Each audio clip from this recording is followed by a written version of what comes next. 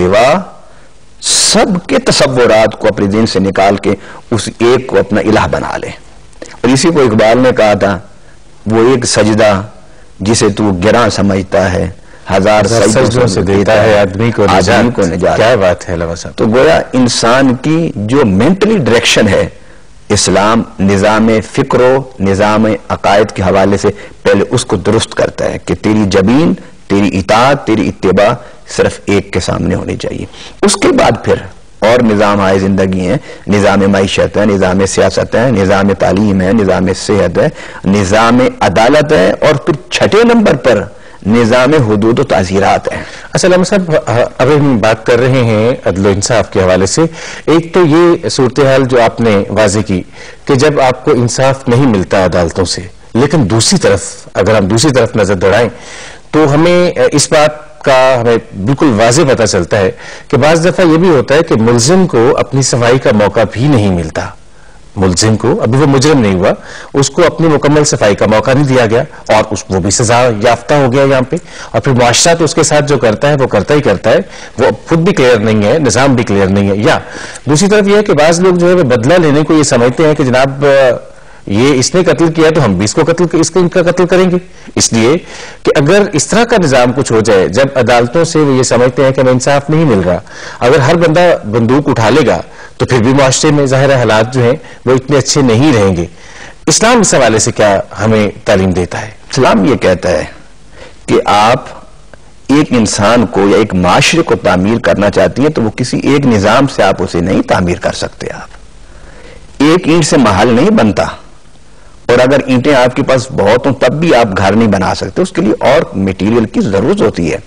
اسی طرح اس انسانی سوسائٹی کو یا انسانی زندگی کو آپ تعمیر کرنا چاہتے ہیں تو اس کے لیے مختلف میٹیریل کی ضرورت ہے. سب سے پہلے آپ ذہن میں ایک اللہ کا تصور بٹھائیے کہ رب ہے.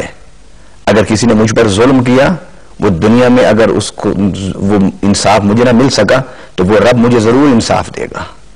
ایک تو یہ، اگر میں غلط کام کرتا ہوں تو رب تعالیٰ میری بھی ضرور پکڑ کرے گا. اس کے بعد انسان کی جو ضروریات زندگی ہیں ان کا پورا ہونا ضروری ہے.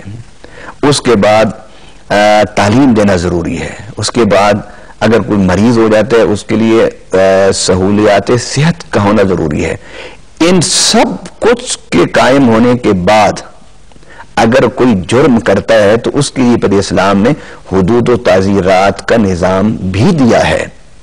حقیقتاً بات آپ کی بالکل ٹھیک ہے کہ سیدنا علی کرم اللہ تعالی وجہ الکریم نے اسی عدل کی اہمیت کو واضح کرتے ہوئے آپ نے فرمایا تھا کہ اگر کسی ملک میں حکمران مسلمان ہوں لیکن وہ عادل نہ ہوں، یعنی اس ملک میں نظام عدالت نہ ہو اور مظلوم کو انصاف اور عدل نہ مل رہا ہو، اللہ تعالیٰ اس ملک کو تباہ کر دیتا ہے. اور جس ملک کے حکمران غیر مسلم ہوں لیکن وہ عادل ہوں، اپنے رعایا کو عدل و انصاف دیتے ہوں، وہاں کا عدالتیں، وہاں کے جج، وہاں کے قاضی اگر مظلوم کو انصاف دیتے ہیں، عدل دیتے ہیں، تو اللہ تعالیٰ باوجود حکمران غیر مسلم ہونے کے رب اس ملک کی حفاظت کرتا ہے. دیکھیے کہ رب العالمین کی اس کائنات میں وہ بھی ہیں جو ماننے والے بھی ہیں اور وہ بھی ہیں جو نہ ماننے والے ہیں. وہ سب کے ساتھ انصاف کر رہا ہے. وہ سب کو کھانے کا دیتا ہے، سب کے لیے پینے کو دیتا ہے، سب کے لیے رہنے کو دیتا ہے.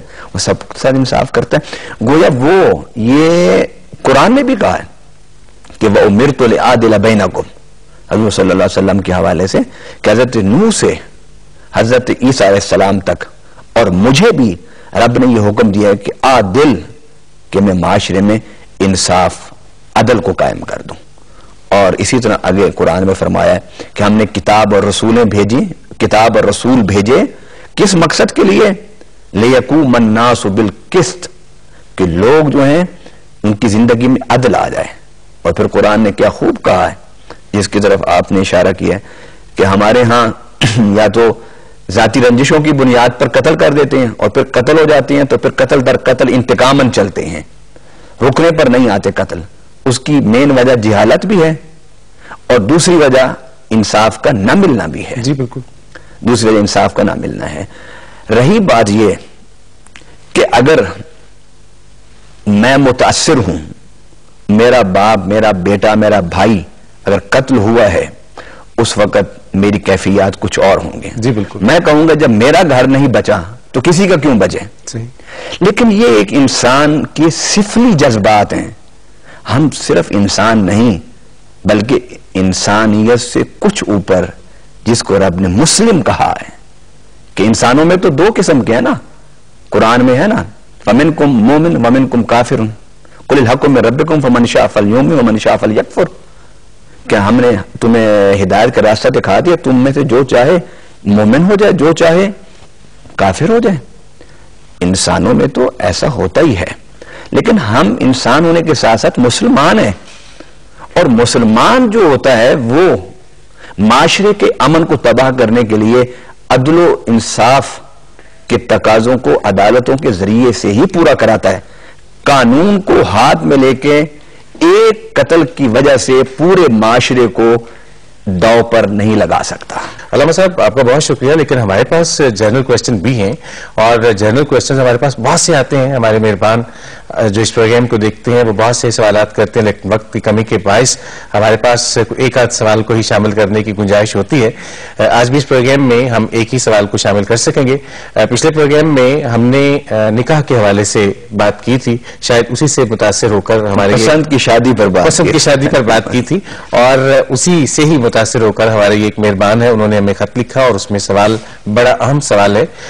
طارق عباس صاحب ہیں اور انہوں نے گاؤں ہے ان کا مراڑا اور تحصیل و ضلع ناروال سے انہوں نے ہمیں ایک خط لکھا، اور خط میں انہوں نے لکھا ہے کہ جناب مسلمان کے ساتھ مسلم مرد اور مسلم عورت کی شادی کے حوالے سے تو آپ نے بحث کی ہے، لیکن یہ بتائیے کہ اگر مسلم مرد جو ہے وہ کسی غیر مسلم کے ساتھ شادی کرنا چاہتا ہے اور وہ غیر مسلم جو ہے وہ مسلمان نہیں ہونا چاہتی، تو اس کے لیے کیا کرنا ہوگا؟ کیسے وہ یہ شادی سر انجام دے سکتا ہے؟ مسلمان مرد غیر مسلم اہل کتاب سے شادی کر سکتا ہے.